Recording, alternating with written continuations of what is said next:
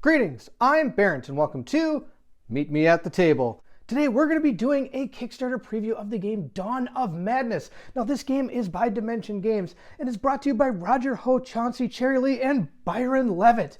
I'm excited to bring this playthrough to you. Now Dawn of Madness takes place in the same universe as Deep Madness, though they're in different time periods. This is a story-driven cooperative game of survival horror for up to 1 to 4 players. Yes, you can play this solo or you can play with up to 4 players. They've referred to this game as a true horror experience. And with that in mind, I do want to tell you that this game is not for all ages. There can be some disturbing imagery in this game, and also there could be some text from the actual story-driven part of the game that may not be for all ages.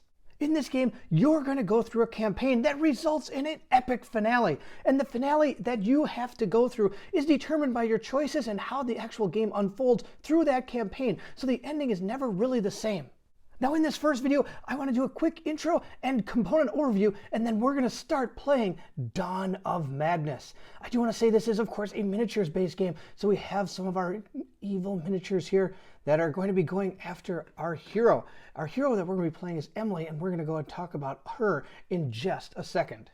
So if you're excited for Dawn of Madness and want to see how this game is played, then I need you to meet me at the table.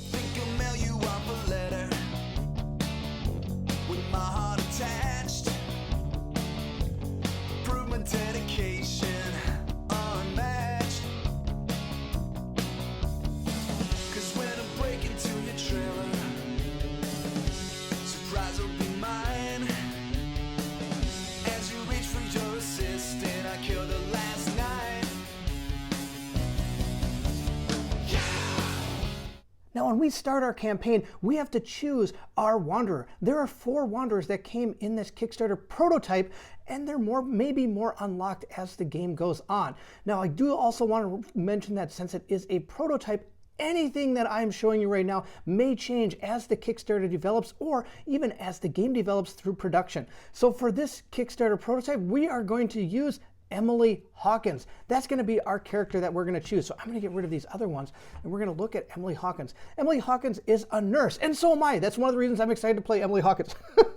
I very rarely get to play nurses in games, so it's kind of awesome that one of the characters is actually a nurse. Now we're going to take the character board. We're also going to take her standee that moves around the board, and then we're also going to take her mental capacity tracker.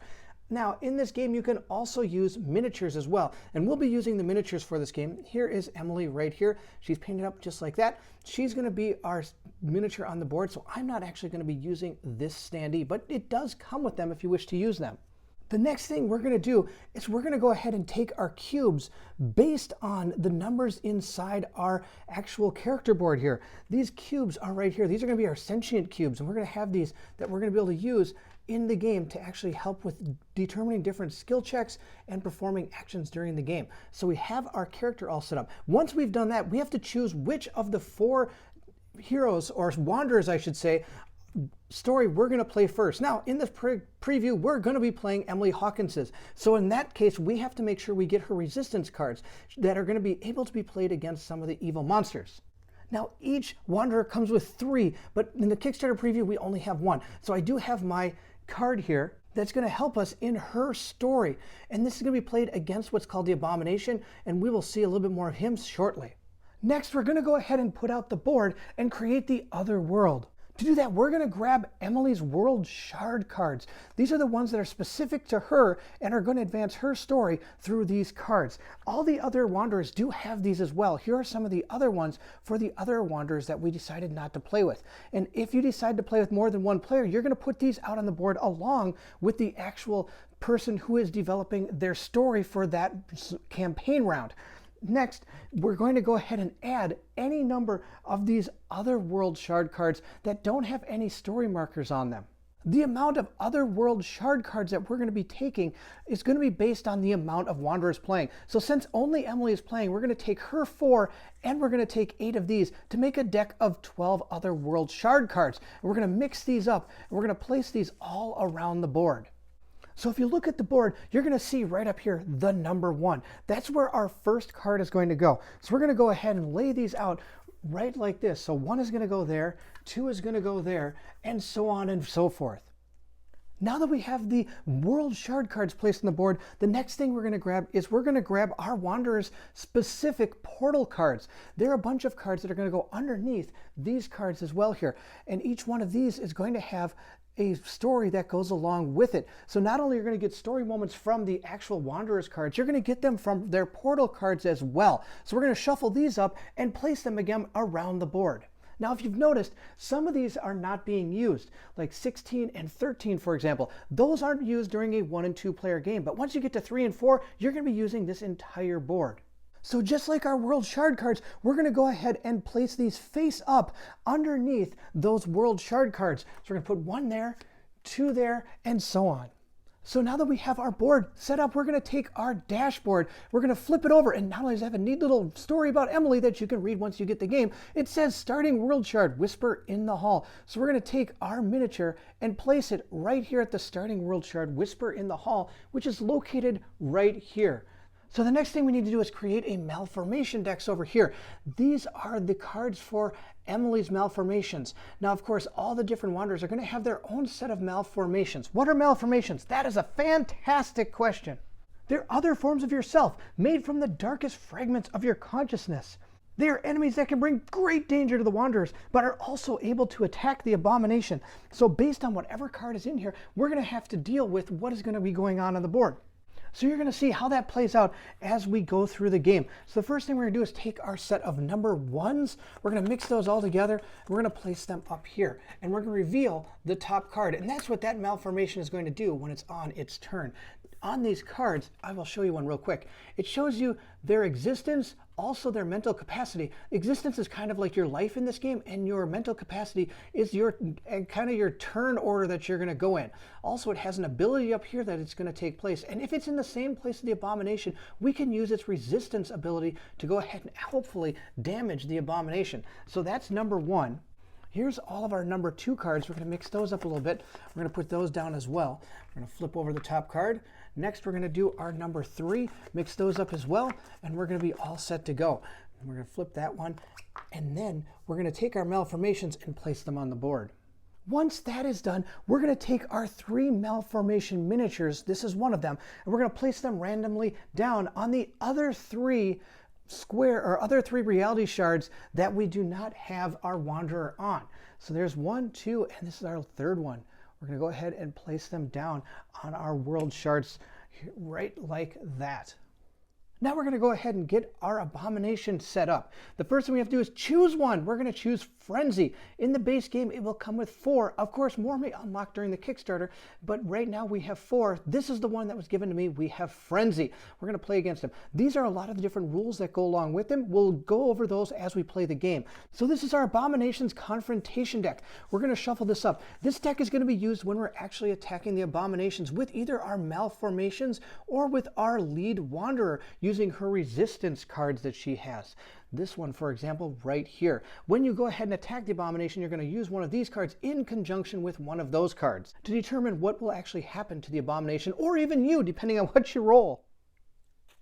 Next, we're going to be going ahead and setting up our Devour deck. Our Devour deck for this one is created of all the Rage cards because that is the abomination we're playing. We're playing the Rage part of Frenzy. As the game progresses, you're going to be moving into fighting different stages of Frenzy. For example, here are the 12 cards for Frenzy, but then we also have ones for Aggression. So if we decide to go against Aggression, that would be the one we'd take. So here are the 9 cards associated with him, or 12 cards associated with him. And then we're going to also take 12 random ones from the other world deck. And we're going to add both of those together, and we're going to create our Devour deck. These are going to be used when we go to make skill checks when there's Devour tokens on the board, which I will show you. They look like this, and as we progress through the game, they're going to be going out on the board on certain locations. And when we do try to make a skill check with one of these Devour tokens there, we have to draw Devour cards to see what happens. So let's go ahead and make our deck. So I've gone ahead and created our Devour deck. We're going to place it right there. So the next thing we have to do is place out 4 Devour tokens on each of the Central Wanderer's world shards. So those are the ones that we have placed out here that have our storybook icons and some of these other iconography on them as well. So we're going to place one on each of those. Now they're going to be pretty easy to find because there's already a character on each one of those. So now we've placed our Devour tokens, we do have to place our Abomination as well. So we have our Rage Abomination right here. He's ready to go, and he looks pretty mean. Oh my goodness, this guy looks awesome. I'm really impressed with the miniatures in this game so far that I've seen. These are absolutely awesome. So this is Rage. He's going to go ahead and be on the board. Or I should say he's Frenzy. Sorry. He's Frenzy, and we're fighting against the Rage part of Frenzy. In order to place our guy, we're going to have to roll a die. So I'm going to take our 12-sided die. Now, if you're playing with 3 or 4, you're going to roll this 16-sided die. A 16-sided die! I've never seen a 16-sided die. So I'm pretty excited that it comes with a 16-sided die. But we're only playing with one character, so we're going to roll our 12-sided die to see where our Abomination goes. We're going to roll it right up here. We got a 5. So we're going to place our Abomination in number 5, which is located way up here. So our Abomination is way up there. So the last thing we have to do to get our board ready is set up our mental tracker. This is kind of our turn tracker as to who goes when. So what we're going to do is we're going to go ahead and look at Emily here, and her mental capacity is 7, which means we're going to place her standee at 7. Whichever person is in the top part here is going to actually go ahead and perform their action. And as we perform actions, we're going to move ourselves down. For example, this one, if I wanted to do this, would cost me 2 of my mental capacity. So I would have to move her down 2. And then if there's anybody here or here, then they would go next in order of their turn based on what it actually is. If it's a Wanderer, then you can choose who wants to go. If it's actually an Abomination or one of the Malformations, they're going to go ahead and move before any of our Wanderers actually do. So now that we got Emily on the board, we're going to go ahead and place our Abomination. Our Abomination has a mental capacity of 6. So we're going to go ahead and place him right here on the 6. And then we're going to go ahead and put out our Malformations, starting with number 1. Our number 1 has a 6, we're going to put her there. Our number 2 has a 5, we're going to put her there. And our last Abomination down here has a 3 mental capacity, so her token's going to go right there. Now that we have our board set up, we have to set up Emily's specific conscious realm. So this is her conscious realm. What is the conscious realm, you ask? The conscious realm is a set of pivotal locations found within Emily's story. You can gain entry to this conscious realm through the portals that we're going to be going through. Here, if we resolve this, we would be able to go to portal 5, which if we look on her conscious realm would be here at the Lockwood Asylum. So as we play through the game, we're going to be unlocking different conscience tokens that we're going to be placing on Emily's conscious realm. And those conscious realms are going to give us other story moments in the game that are going to reveal more about Emily. Also, maybe helping gain different abilities or items, or also we can use it to gain points towards the finale that we're going to be going into.